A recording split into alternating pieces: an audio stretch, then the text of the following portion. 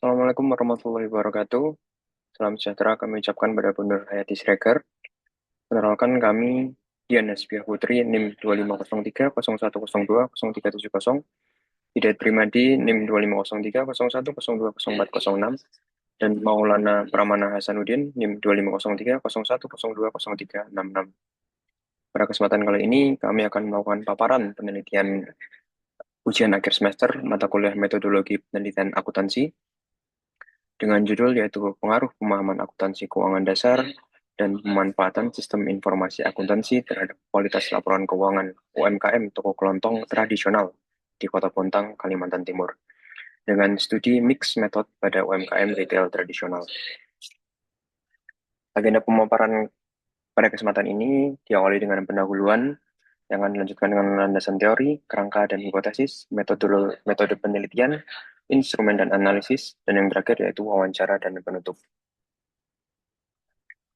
Pada bagian pertama, kami akan pembahasan tentang latar belakang, di mana kami akan fokus pada usaha mikro, kecil, dan menengah, yaitu yang merupakan sebagai tulang punggung ekonomi Indonesia, namun memiliki kerapuan di pencatatan keuangannya.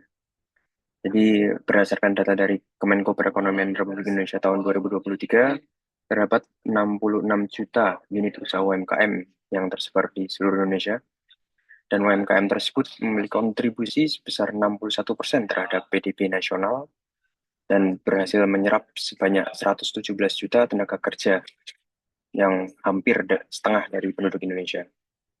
Namun pada kenyataannya sebanyak 77% UMKM ini masih melakukan pencatatan keuangan secara manual berdasarkan data dari survei Mekari dan OCBC tahun 2025. Selanjutnya kami fokuskan lagi pada toko kelontong yang memiliki sebuah karakteristik yang cukup unik, yaitu transaksi yang kecil namun dengan frekuensi yang tinggi. Dan tentu saja masih memiliki kelemahan dalam pencatatan keuangannya. Jadi pelaku usaha toko kelontong ini pada umumnya belum terbiasa melakukan pencatatan keuangan hasil jualan mereka secara sistematis. Padahal laporan keuangan ini cukup penting untuk mengetahui apakah mereka itu rugi atau untung dari hasil jualannya. Dan bisa juga digunakan sebagai syarat pembiayaan jika mereka membutuhkan modal. Selanjutnya yaitu fenomena lokal yang terjadi di Kota Bontang, di mana UMKM di Kota Bontang ini terus meningkat setiap tahunnya, mulai dari tahun 2021 sebanyak 16.929 unit UMKM yang tercatat, hingga 2024 sebanyak 20.406 unit, dan angka ini terus bertambah juga dengan bertambahnya nomor induk berusaha sebanyak 657 nomor yang baru diterbitkan hanya dalam 4 bulan pertama di 2026 ini. Dan dari 657 itu 99,7%-nya berasal dari sektor UMKM. Penelitian laporan ini dari Planalako tahun 2026. Selanjutnya yaitu research gap yang ada dalam penelitian kami. Terdapat celah penelitian yang belum terjawab. Yang pertama yaitu bukti lokal yang masih terbatas. Penelitian dari Putri dan Hidayat tahun 2025 yang meneliti UMKM di Bontang, namun penelitian tersebut masih hanya bersifat kualitatif deskriptif dengan sampel yang cukup sedikit, yaitu hanya 5 UMKM. Dan penelitian ini juga belum diuji secara statistik. Yang kedua yaitu objek penelitian terlalu umum, yang mayoritas studi terdahulu menggunakan objek UMKM secara umum, atau BUMDes, bukan toko kelontong tradisional. Yang ketiga yaitu penjelasan mendalam yang belum digali. Jadi belum ada penelitian yang menggabungkan pengujian statistik dengan wawancara untuk menjelaskan alasan di balik kondisi yang terjadi ini. Kemudian posisi dan dari penelitian ini yaitu untuk menguji secara kuantitatif terkait pengaruh pemahaman akuntansi keuangan dasar dan sistem informasi akuntansi terhadap kualitas laporan keuangan pada objek yang lebih spesifik, yaitu toko kelontong tradisional di Kota Bontang, dengan pendekatan mix method, yaitu kuesioner dan wawancara. Selanjutnya yaitu rumusan masalah dari penelitian ini. Terdapat 3 pertanyaan inti penelitian. Yang pertama yaitu, apakah pemahaman akuntansi keuangan dasar berpengaruh terhadap kualitas laporan keuangan UMKM toko kelontong tradisional di Kota Bontang? Yang kedua yaitu, apakah sistem informasi akuntansi berpengaruh terhadap kualitas laporan keuangan UMKM di toko kelontong tradisional Bontang? Dan yang ketiga yaitu, apakah kedua variabel pemahaman akuntansi keuangan dasar dan sistem informasi akuntansi tersebut berpengaruh secara simultan terhadap kualitas laporan keuangan UMKM toko kelontong tradisional di Kota Bontang. Selanjutnya, batasan masalah pada penelitian ini. Dengan ruang lingkup penelitian ini kami batasi agar terfokus. Yang pertama yaitu lokasi dan objek, yaitu UMKM toko kelontong tradisional yang beroperasi di wilayah Kota Bontang, Kalimantan Timur. Yang kedua yaitu kriteria responden, yaitu pemilik atau pengelola toko yang telah menjalani usaha minimal 1 tahun dan terlibat langsung dalam pencatatan keuangan. Yang ketiga yaitu cakupan pemahaman akuntansi atau variabel X1 dibatasi dengan pencatatan transaksi, jurnal sederhana, hingga penyusunan laporan keuangan dasar. Yang keempat yaitu cakupan sistem informasi akuntansi sebagai variabel X2 yaitu aplikasi pencatatan atau pembukuan digital sederhana seperti aplikasi SIAPIK, buku warung, atau kasir pintar, bukan sistem yang formal dan kompleks. Yang kelima yaitu pengukuran kualitas laporan sebagai variabel Y dalam penelitian ini, yaitu diukur dari persepsi pemilik usaha terhadap relevansi, keandalan, dan keterpahaman, serta kelengkapan laporan. Selanjutnya yaitu tujuan penelitian. Tujuan penelitian pada penelitian ini sejalan dengan rumusan masalah. Yang pertama yaitu menganalisis pengaruh pemahaman akuntansi keuangan dasar terhadap kualitas laporan keuangan UMKM toko kelontong tradisional di Kota Bontang. Yang kedua yaitu menganalisis pengaruh sistem informasi akuntansi terhadap kualitas laporan keuangan UMKM toko kelontong tradisional di Kota Bontang. Yang ketiga yaitu menganalisis pengaruh pemahaman akuntansi keuangan dasar dan sistem informasi akuntansi secara simultan terhadap kualitas laporan keuangan. Selanjutnya yaitu manfaat penelitian. Terdapat manfaat penelitian bagi berbagai pihak. Yang pertama yaitu manfaat teoritis untuk memperkaya kajian pemahaman akuntansi dan sistem informasi akuntansi pada konteks UMKM retail tradisional yang masih jarang diteliti. Selanjutnya ada manfaat praktis, yaitu sebagai bahan evaluasi bagi pelaku UMKM. Juga masukan program pelatihan bagi Dinas Koperasi UMKM dan referensi bagi akademisi selanjutnya. Yang ketiga yaitu manfaat metodologis, yaitu dengan pendekatan mix method memberi gambaran menyeluruh di mana kuesioner untuk pola statistik dan wawancara untuk penjelasan yang lebih mendalam. Selanjutnya masuk ke bagian kedua yaitu landasan teori. Terdapat 4 teori yang kami gunakan sebagai landasan konseptual. Yang pertama yaitu stewardship theory dari Donaldson and Davis tahun 1991.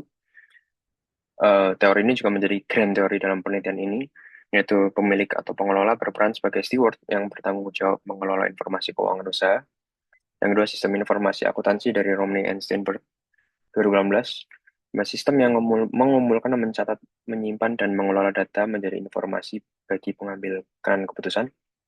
Yang ketiga yaitu teknologi acceptance model dari Davis 1989. Penerimaan teknologi ditentukan oleh persepsi keuangan, usefulness, dan kemudahan penggunaan ease of use.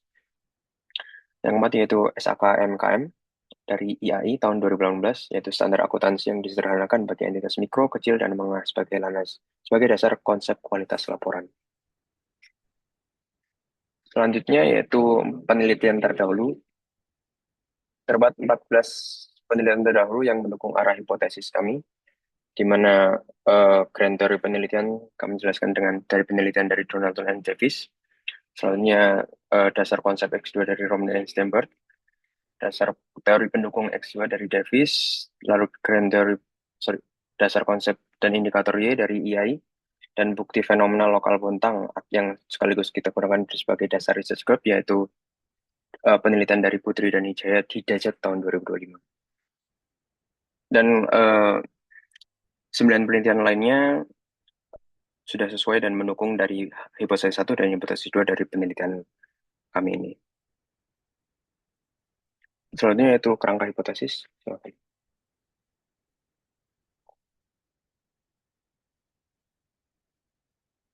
Baiklah, selanjutnya saya akan masuk ke bagian kerangka penelitian dan hipotesis. Berdasarkan landasan teori dan penelitian terdahulu yang sudah dijelaskan sebelumnya, penelitian ini memiliki 2 variabel independen, yaitu pemahaman akuntansi keuangan dasar sebagai X1 dan pemanfaatan sistem informasi akuntansi sebagai X2. Kemudian variabel dependennya adalah kualitas laporan keuangan UMKM sebagai Y. Secara konseptual, penelitian ini ingin melihat apakah pemahaman akuntansi keuangan dasar dan pemanfaatan sistem informasi akuntansi dapat meningkatkan kualitas laporan keuangan pada UMKM toko kelontong tradisional di Kota Bontang. Untuk hubungan yang pertama, yaitu X1 terhadap Y, kami berasumsi bahwa semakin baik pemahaman akuntansi pemilik ataupun pengelola usaha, maka semakin baik pula kualitas laporan keuangannya.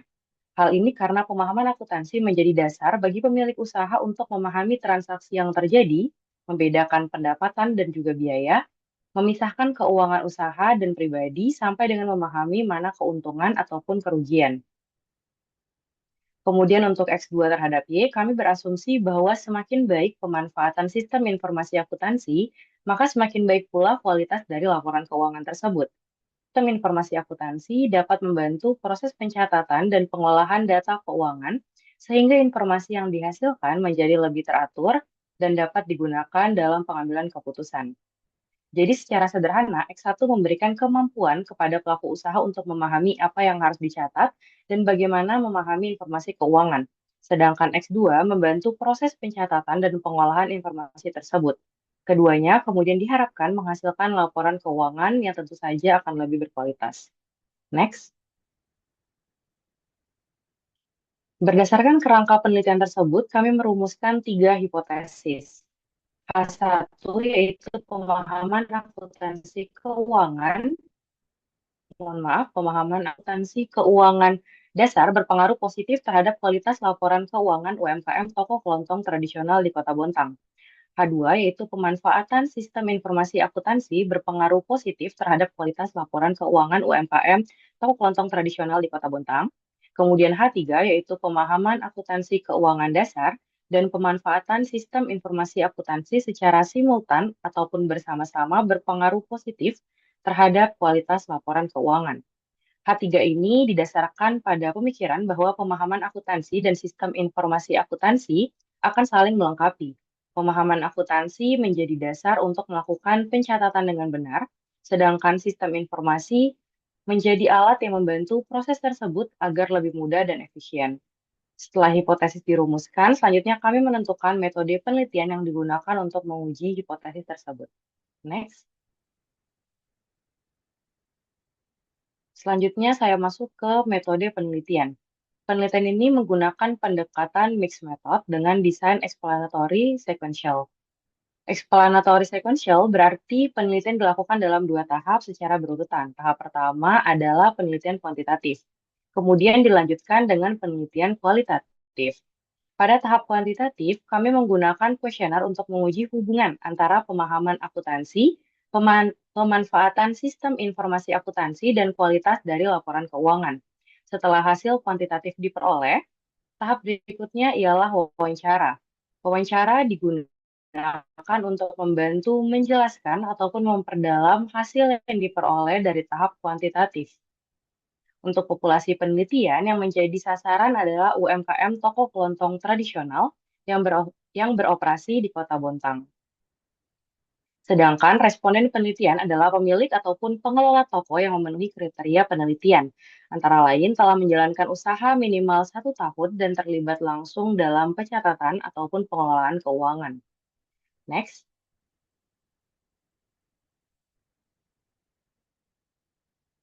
Selanjutnya adalah variabel penelitian. Penelitian ini memiliki 3 variabel utama, yaitu X1 adalah pemahaman akuntansi keuangan dasar, X2 adalah pemanfaatan sistem informasi akuntansi, dan Y adalah kualitas laporan keuangan UMKM.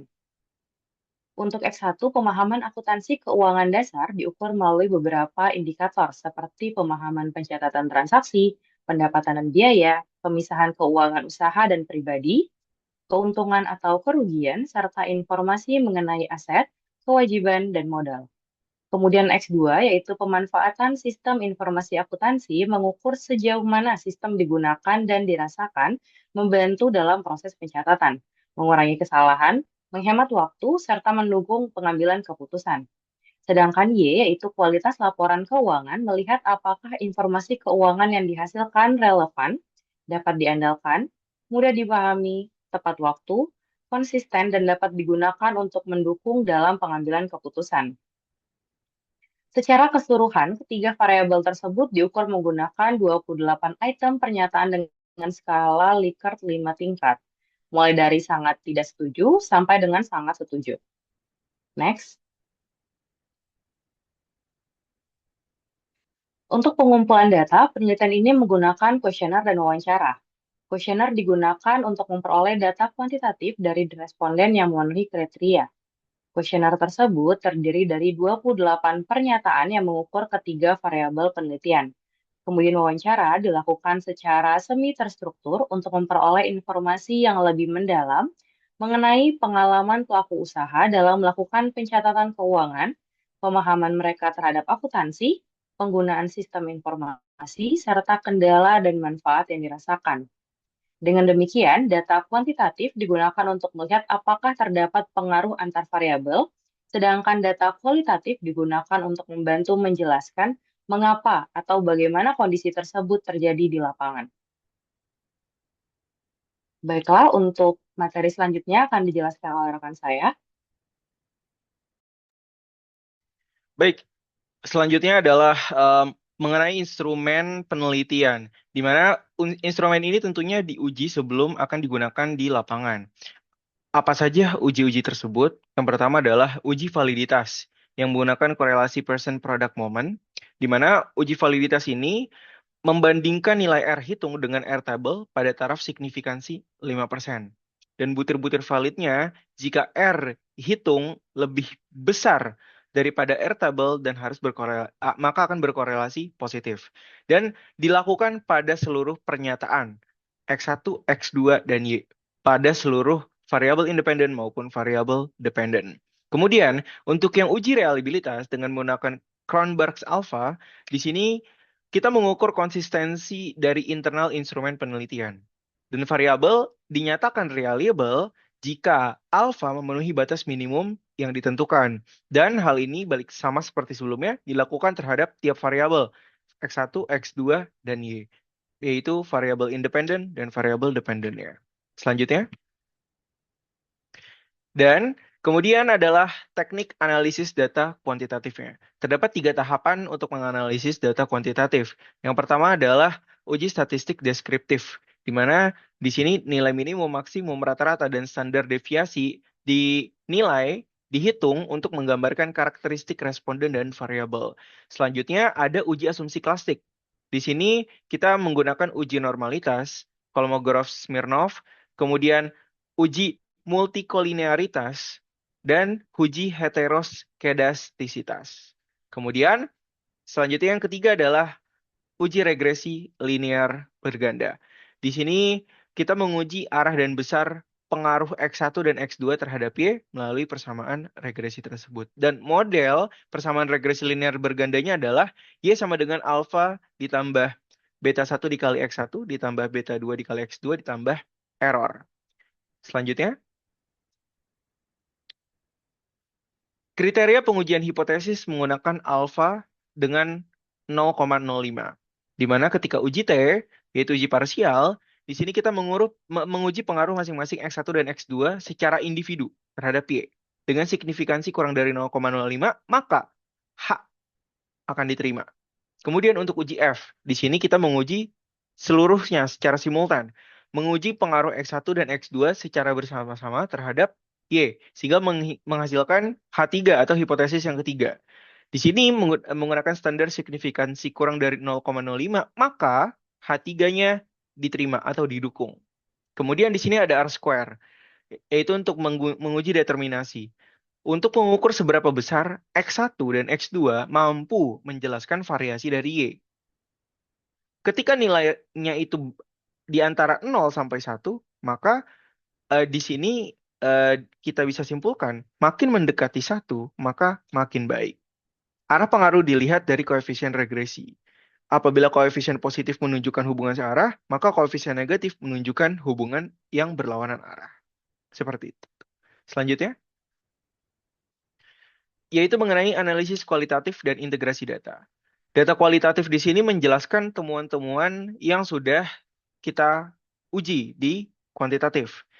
Dan tahapan menganalisis kualitatif yang pertama adalah kondensasi data. Di sini digunakan untuk menyeleksi dan mengelompokkan jawaban wawancara ke tema-tema yang lebih relevan. Kemudian yang kedua, penyajian data uraian naratif dan tabel tematik untuk menemukan pola-polanya. Dan yang ketiga, penarikan kesimpulan, memberikan penjelasan atas hasil pengujian kuantitatif. Kerangka integrasi datanya adalah sebagai berikut, di mana variabel X1 terhadap variabel Y itu temuan kuantitatifnya adalah hasil uji pengaruh dari X1 itu. Temuan kualitatifnya penjelasan pemahaman akuntansi dari narasumber yang diwawancara. Kemudian variabel X2 aja terhadap Y, maka temuan kuantitatifnya adalah hasil uji pengaruh X2. Dan temuan kualitatifnya adalah pengalaman penggunaan sistem informasi narasumber. Nah, kemudian yang ketiga adalah uji simultannya. Ketika X1 dan X2 diuji secara simultan terhadap Y, maka temuan kuantitatifnya adalah hasil uji simultan tersebut. Dan temuan kualitatifnya adalah kondisi nyata UMKM secara menyeluruh. Jadi, di sini hasil kuantitatif itu dianalisis terlebih dahulu. Kemudian, wawancara sebagai bahan untuk data kualitatif digunakan untuk menjelaskan atau menggali penyebab pola yang telah ditemukan pada hasil uji kuantitatif. Seperti itu. Selanjutnya. Ini adalah cuplikan hasil dari wawancara, di mana kita mewawancara Bapak A, karena kita harus menginisialkan subjeknya, yang mana merupakan pemilik toko kelontong di Bontang. Jenis usahanya adalah toko kelontong tradisional. Jabatannya adalah pemilik sekaligus pengelola. Lama usahanya itu sudah berdiri sekitar kurang lebih 8 tahun. Sistem pencatatannya itu buku kas plus aplikasi kasir sederhana. Nah, lama memakai sistem ini itu baru kurang lebih 2 tahun. Dari total kurang lebih 8 tahun usahanya berjalan. Ketika kita mempertanyakan mengenai pemahaman akuntansi, Bapak A sudah memahami pencatatan sederhana, tetapi belum sepenuhnya memisahkan uang usaha dan pribadi, serta belum menghitung nilai aset secara rinci.